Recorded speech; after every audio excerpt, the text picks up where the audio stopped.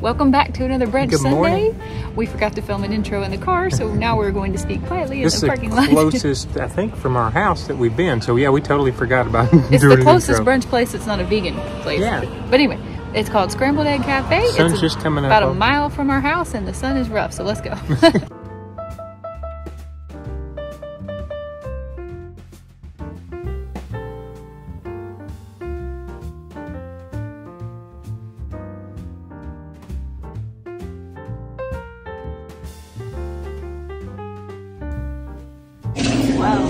Blueberry walnut, or I mean the almond, blueberry almond.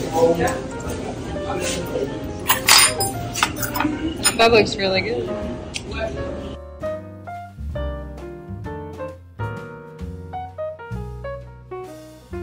All right. We're back. Scrambled Egg Cafe off of A1A here. Are you stuffed? I am. I asked how many omelets they make or how many eggs they make their omelets with, and she said 3 or 4. They come out huge. So I would say it was probably 4. It was a big omelet. Yeah. And I had sausage and bacon and cheddar in it with sour cream on top. For some reason when we walked in there, the ambiance is pitiful, and I wasn't expecting the food to be very good, but the food was, I'll give it a... She said of all the places, this one was the one she wasn't sure about before the food came. The walls are painted like this dingy, is it yellow, is it brown, I don't know. And there's like mid-tone brown wainscoting all around the whole place.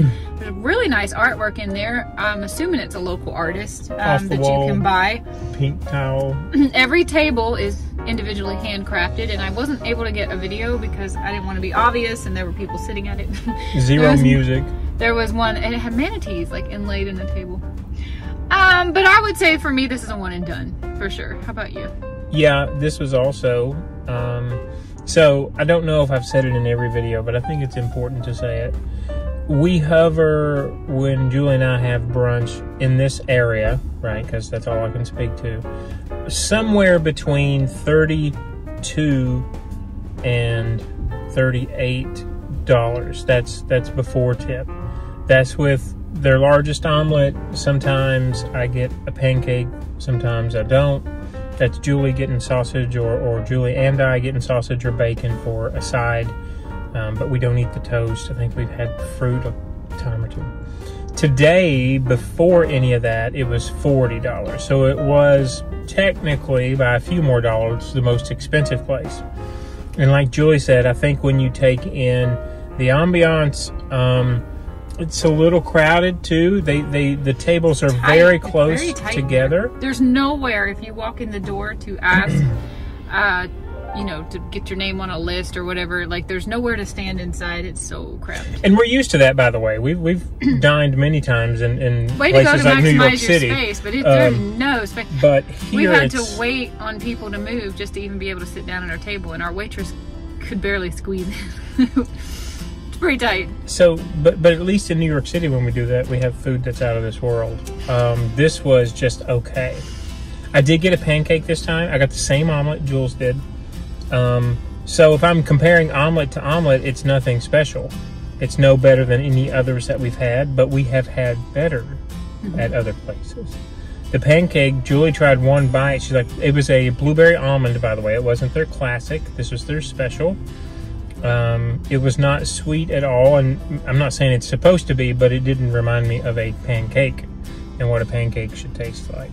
So for all of that, on top of being a few dollars more prior to tip, I totally agree with you. It's a one and done. I would not come back here. It's not worth coming back here. I'm glad we did check it out because it's so close to our home. Yeah. That every time we've driven by it, we thought, wow, that would be really convenient. We could even ride our bicycles here. We should check it out. And a year and a half we've lived here. We've never done that. We do have the same thing at each place. So the reviews we're giving you are completely in regards to an omelet. So that could be good or bad. I couldn't tell you how their eggs Benedict are. I can't tell you how their French toast is. But overall, this was the lowest. I would probably say a 7 out of 10 for me. I was going to give it a 5 out of 10. Oh, okay. Not that the food was bad. It was just everything was so average, and then neither one of our skin tones looked good in that warm, yellowy, beigey, wainscoty brown. And I'm like, it was kind of a dine and dash. Wait, Dine and Dash, not Dine and Dash. One and Done. One and Done, yeah. Not Dine and Dash. We paid. We did pay. I can show you the receipt. No. I meant One and Done. But I think everyone was nice. The service was great. There was nothing to complain about there. I want to complain about one more thing. On every table, because it ended up not being a big deal. And I get it, right? Cash is starting to come back because we know credit card transaction fees are going through the roof. We understand that. That's great for older generations. I am not comfortable carrying cash around. But again, I will take it. I understand things are changing. But on every single table, there is like a 3-paragraph laminated piece of paper that tell you the whole story about transaction fees and cash being king, and we prefer you pay with cash, and they do not accept American Express credit cards, and you will have a transaction fee associated with your bill if you do not pay in cash. So we got just a plain old ticket like you received from an old-timey diner, and it said 40 even. When I set the card down after she came back and ran the card, the electronic receipt was $40.02. So it's like, I think the transaction fee is more than 2 cents. I know it's a percentage of your total bill, but anyway, it wasn't as big of a deal. The Amex, I know we've had issues with that before. If you use an Amex card, a lot of places don't take Amex anymore because of the transaction fee. But anyway, it turned me off again. Nobody else is really advertising that from the other places. They might have, ones or twosies that tell you in certain places we prefer cash or discount and uncash, but this was at every table. So you forgot to go back to the bathroom and get a photo of what you found in there. That's, boy, trigger warning. No, it wasn't a big deal. It was funny though. The bathroom, by the way, was very clean and it was nice and it smelled no complaints with the establishment. Odd though, one, Julie already told you, there's art all the way around the walls of different things and different pieces with different prices. Well, that's in the bathroom too, and that kind of turned me off a little bit. I'm like, would you really want to buy? First of all, are you analyzing artwork in the bathroom? Second, would you really want to buy it? No. Okay. So, but that's what made me... Because this is probably a million hours worth of labor here. I walk in and right over the toilet is this big beachy sign that says, advice from sea turtles. And it's like, always be wise, age gracefully, always return to the beach. And I was like, oh, that's cute. What had a price tag on it? So then I look to the left. Left has some sea turtles that's been made out of shells, and they're like 40 bucks a piece. And I'm like, okay. So I'm washing my hands. This wall, and by the paper towel holder, is this humongous, I don't know, 30 by 18. I mean, it's a huge framed. Can you please go back in there and give me a photo? Poster. Poster, sorry, not a poster. Glass frame. What do you, tell me what you call it? The swatch, the pattern, the background, the well, Ada it wouldn't really be fabric. A sampler. It's a cross stitch. It's so, but I mean, it's the fabric, right? I said poster. I didn't mean to. You're telling me it's cross stitched. Handmade. It is. It was in gray. Very big squares.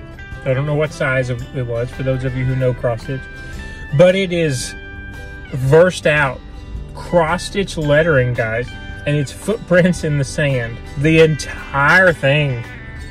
And then at the bottom is about a 6 inch swatch of a beachy cross stitch scene.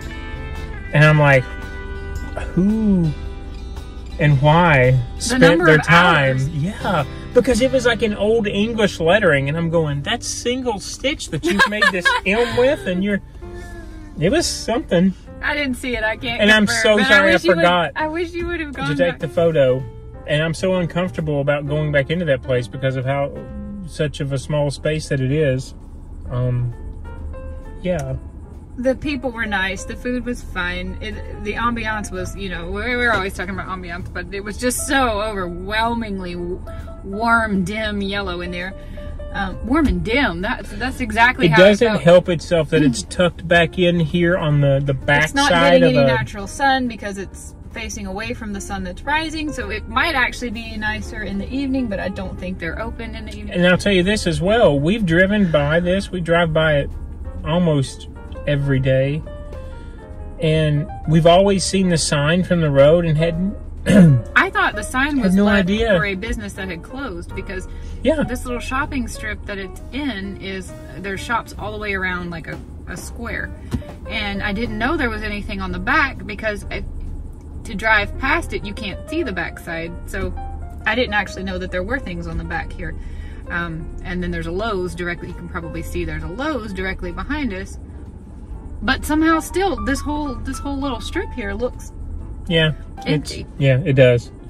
It does. So they're not doing themselves any favors, I guess. Everyone was nice. Service was great. It wasn't that. It's just... I'm trying to see if they're closed any day of the week. Our kind of our litmus test whenever we're eating brunch anywhere is to be like, well, when we have out-of-town family or friends come to visit, would we bring them here? And for me, this one's a no. We'll pass. No, this is an absolutely not.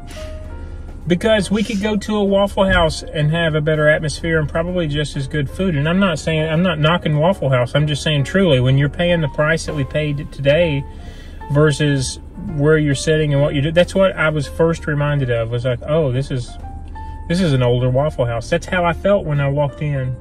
Honestly, that was my first gut impression. I think Waffle House has always kind of maintained those close, cramped quarters because you're right there in the kitchen and your waitress is like leaning over your table to refill your drink, and everyone who's waiting is like pushed up into your space.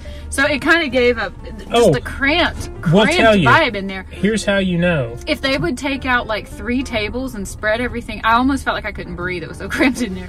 This is how we know it's cramped. If you don't believe us, I do believe they have outdoor seating though. It's they do around a the few corner. tables, but you couldn't see it from the street view that we walked in on. I didn't know that when we walked in, but then I saw it when we were leaving. So. There's a sign, guys. There's an 8.5 by 11, again, laminated piece of paper on the front door that says "Stop, wait here, outside." For a hostess to come and get you to be seated. There's no hostess waiting or watching. No, yeah, because we were reading the special. They had a chalkboard. Jules got it there before we walked in of like their specials, and so we were reading that, and I'm like, okay, how long do we wait? And finally, I just opened the door, and that's when I was greeted at the bar. There's a bar area that's straight ahead. By someone that decided to tell us to come in and be seated. So, I had so much curiosity about this place, and what's unfortunate is that all these other small little places that might look underwhelming outside have always kind of amazed us on the whole. This one wasn't charming, and I don't mean that by way of how we were treated in there with the people. It just didn't feel like a charming beach town little restaurant, I mean, think about Beachside. Beachside looks rinky-dink from the outside, but it was great. That's my biggest bone to pick with Indian Harbor Beach, because I love Cocoa Beach, and I love India Atlantic, and I love everything we found so far in Satellite Beach, which isn't many things. Yeah. But anytime we go to anywhere in those places, I feel like I'm at the beach. It's like pastel pink and sand and manatees and dolphins, and everyone just feels like they're on vacation. Even a little more laid back. But somehow in Indian Harbor Beach, everything is a little bit dusty and tired and sun bleached, and even when they've striven.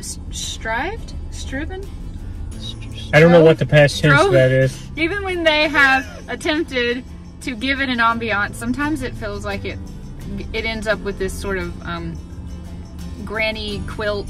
It does. Yellow, beige, dingy kind of. I think we might have found the one beachside town down A1A, because Brevard's a very large county that has the oldest number of live-in retirees. Because honestly, our realtor did tell us when we came down here, she wanted to show us Indian Harbor because this is not where the tourists come. And so I think this is where we've got a clump of retirees.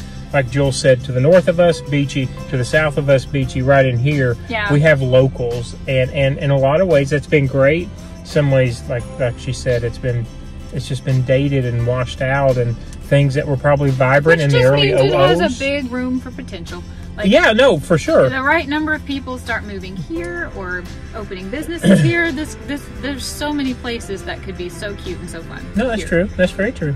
But anyway, it was a one and done for me. It is. It was one and done. We've had not a dine and dine. We've had just as good as and better omelets. For less money. I said, with better much better pancake.